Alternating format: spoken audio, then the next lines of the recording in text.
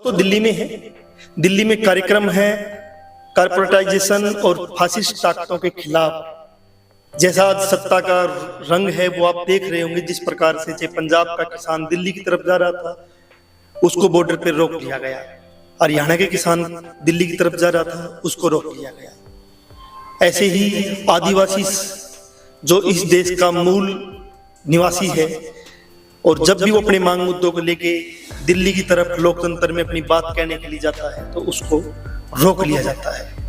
हजारों की तादाद में आदिवासी 23 मार्च को भगत सिंह के शहादत दिवस पे अपनी बात कहने के लिए दिल्ली आने वाला था, लेकिन वो उतनी तादाद में नहीं आ पाया।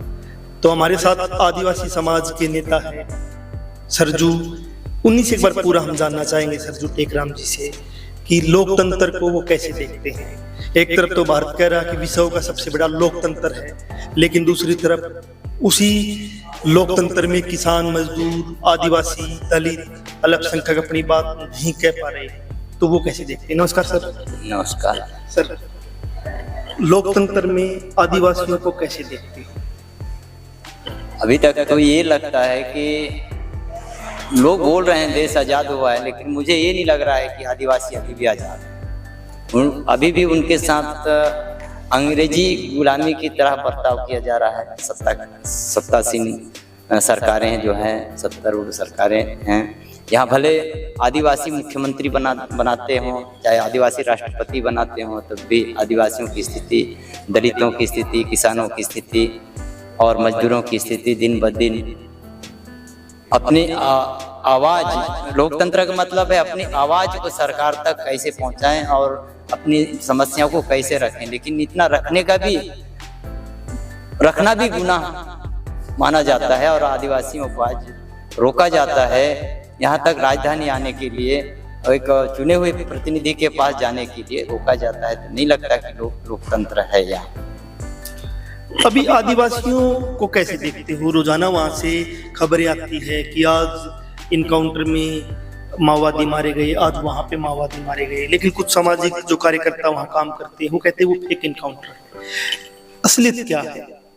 क्या चल क्या रहा है जंगलों के बीच में? नहीं, जंगलों के बीच में फेक इनकाउंटर चल ही रहा है, सही बात है। ये बात खुल के नहीं आ पा रहा है, मीडिया वालों को वहाँ कवरेज के लिए जाने नहीं दिया जाता। हम जैसे लोगों को भी रोका जाता है देखने के लिए। अभी हाल ही 3 माह के अंदर में लगभग 20 फर्जी इनकाउंटर हुए हैं, जो गांव के लोगों को पकड़ के रास्ते में इनकाउंटर कर देते हैं, मार देते हैं। उसको मुठभेड़ के नाम देके इतने नक्सली उतने नक्सली करके बताया जाता है, जो फेक है। और इन मुठभेड़ों के खिलाफ अगर हम सामाजिक कार्यकर्ताओं के तौर पे हम आवाज़ उठाते हैं, अपने आदिवासी समाज के प्रति आवाज़ उठाते हैं, तो हमें भी वहाँ पे चमकाया जाता है कि ये आंदोलन कर रहे हो, मतलब आप पुलिस सुरक्षा बलों के खिलाफ है। आप लोगों की आवाज़, आप लोगों की मांग सुरक्षा बल के खिलाफ है।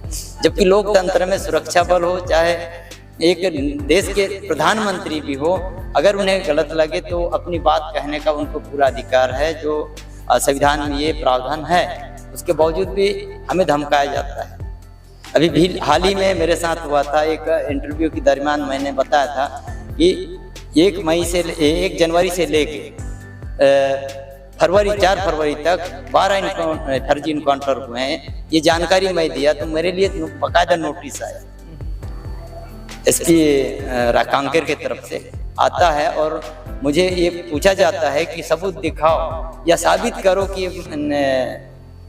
निर्दोष गांव के आदिवासी हैं, जबकि उनकी जांच कमेटियां हैं। गांव वहां तक जाने नहीं देते, मानवाधिकार के लोगों को जाने नहीं देते, मीडिया को जाने नहीं देते और बोलते हैं कि साबित करके दिखाओ। सर, सलवा जुलूम वहां पे चला है। अभी फिल्म आई है बस्तर से नक्सल स्टोरी, ऐसा कुछ नाम करके है, एक प्रोपेगेंडा फिल्म है। उस फिल्म में दिखाया गया है कि वहां पे विकास नहीं होने दे रहे हैं आदिवासी, वहां पे कत्लेआम कर देते हैं, किसी को भी मार देते हैं आदिवासी को, माओवादी, ऐसा सब कुछ वहां दिखाया गया है।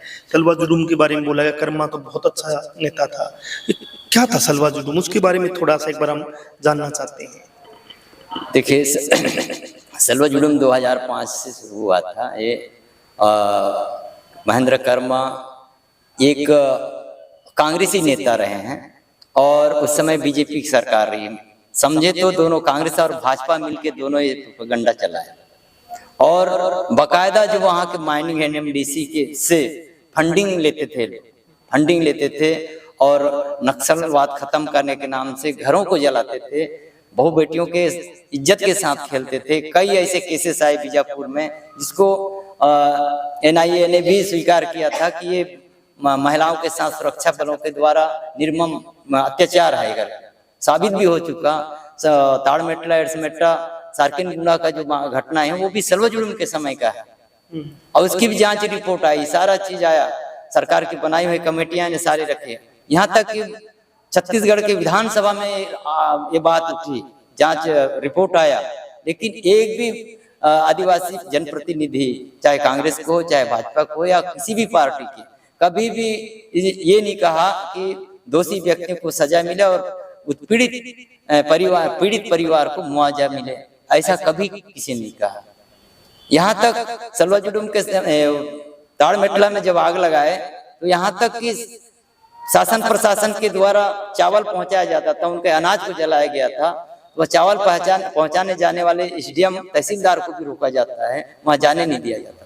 एसडीएम उनको भी रोका जाता है? हाँ, उसको भी रोका। तो सलवा जुलूम में कितने गांव को जला दिया होगा, क्या रूप रहा था उस दौर में, एक बार वो भी मैं जानना चाहता हूँ ताकि दर्शकों को पता चल सके कि आदिवासियों के साथ जंगल में लोकतांत्रिक सरकार कहने वाली अपने आप में, चाहे वो कांग्रेस की रही है चाहे बीजेपी की रही है, वो व्यवहार कैसा करती है आदिवासियों के साथ, तो क्या क्या हुआ था उसमें?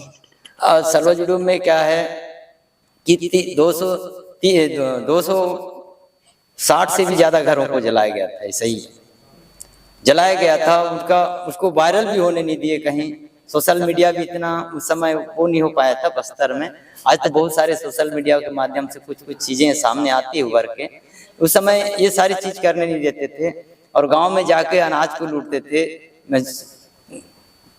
मुर्गा बकरा सुअर जो भी मिलता था उसको भी उठा के ले जाते थे और अलग अलग स्टेटों से फोर्स लाए थे। आज भी बस्तर में अलग अलग स्टेट से फोर्स लेके गए हैं और ऐसा सैनिक छावनी में तब्दील कर दिए बस्तर को कि वहाँ के बसिंदे जो हैं, सदियों के जो पैदाइश जो लोग हैं, वहाँ के जो आदिवासी हैं, उनकी कल्चर उनकी भाषा तक को नहीं जानने वाले लोग हैं, वहाँ गए हैं तो वो कैसा बर्ताव करेंगे।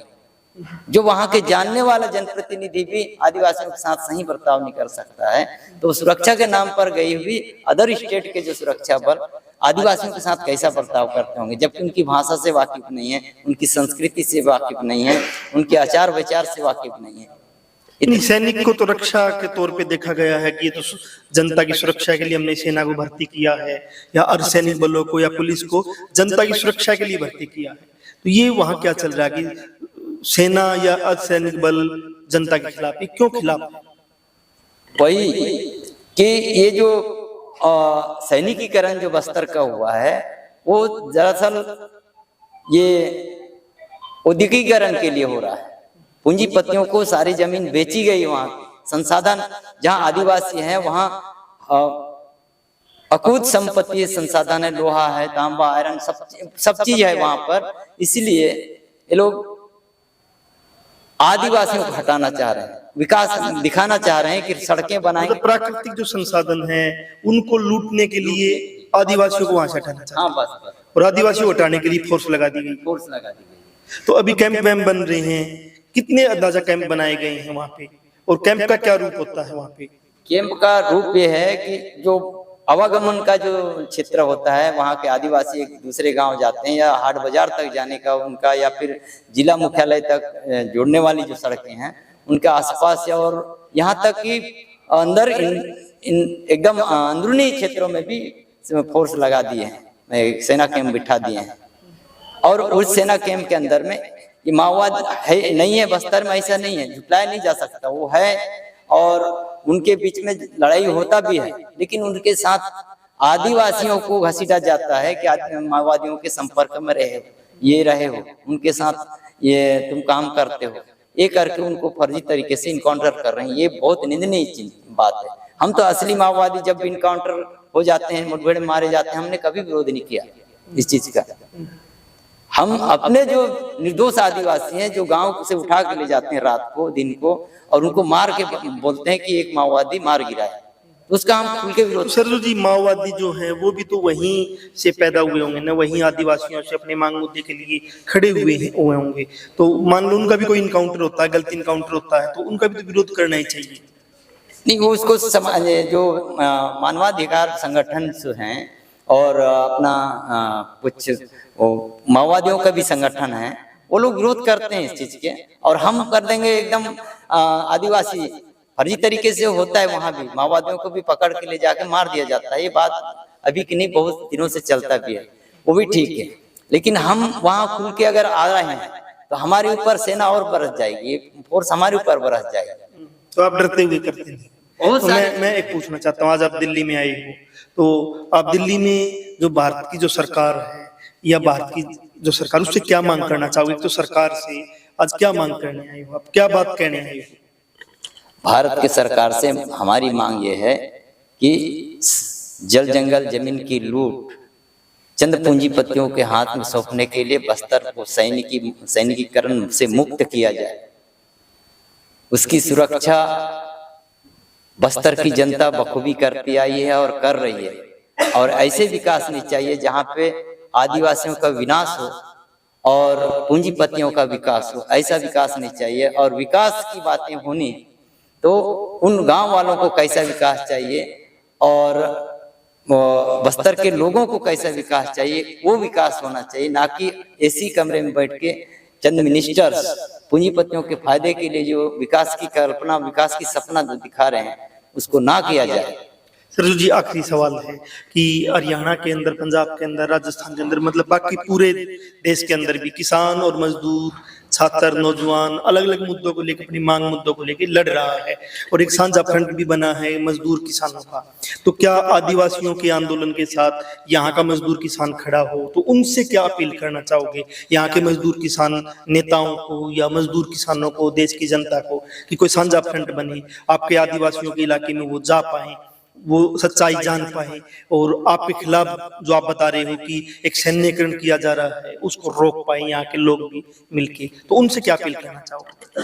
नहीं, वो तो अपील हम कर ही रहे हैं, और हम किसानों के तमाम जो आंदोलन है, मजदूरों के जो हक की, अधिकार की जो मांगे हैं, उनके साथ हमेशा से हैं। और किसान आंदोलनों में दिल्ली भी आ चुके हैं, और अभी हाल ही में छत्तीसगढ़ से आदिवासी क्षेत्र से एक टीम आई थी आदिवासी किसान आंदोलन को समर्थन देने, और टिकैत साहब भी एक दो बार आ चुके हैं, बस्तर में देख लिए हैं वहाँ की जो जमीनी हालत को। मड़ोनार करके है अबुझमाड़ में, वहाँ के आंदोलन में भी वो अपना लोगों को संबोधित किए, बस्तर के जनता के साथ गलत हो रहा है करके। और हम ये चाह भी रहे हैं कि किसान, मजदूर, नौजवान, छात्रों का जो संगठन है, बुद्धिजीवियों का जो संगठन है, वो तमाम संगठनों से मिलकर आदिवासियों के आंदोलन को आगे बढ़ा सकें, ये अपील भी करता हूँ मैं तमाम संगठनों से। सरजू टेकराम जी हमारे साथ थे, आदिवासी समाज का नेतृत्व करते हैं, और साफ कह रहे हैं कि हमें जनता का, हमें आदिवासियों का विकास चाहिए, और विकास तब होगा जब उन आदिवासियों से पूछ के कोई विकास किया जाएगा, शिक्षा पे, स्वास्थ्य पे, दूसरे मुद्दे पे।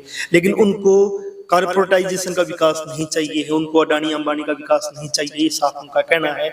और सेना या अर्धसैनिक बल जो बोला गया कि देश की और जनता की सुरक्षा के लिए, लेकिन उनका इस्तेमाल अगर देश के लोगों के खिलाफ या आदिवासियों के खिलाफ या लोकतंत्र को बचाने के लिए उठने वाले कोई भी आंदोलन के खिलाफ होगा, तो वो फिर कहीं ना कहीं फांसीवाद की तरफ बढ़ता हुआ उस सैन्यकरण को देखा जाएगा। जनमंच के साथ आप बने होते, नए अपडेट के साथ फिर हाजिर होंगे।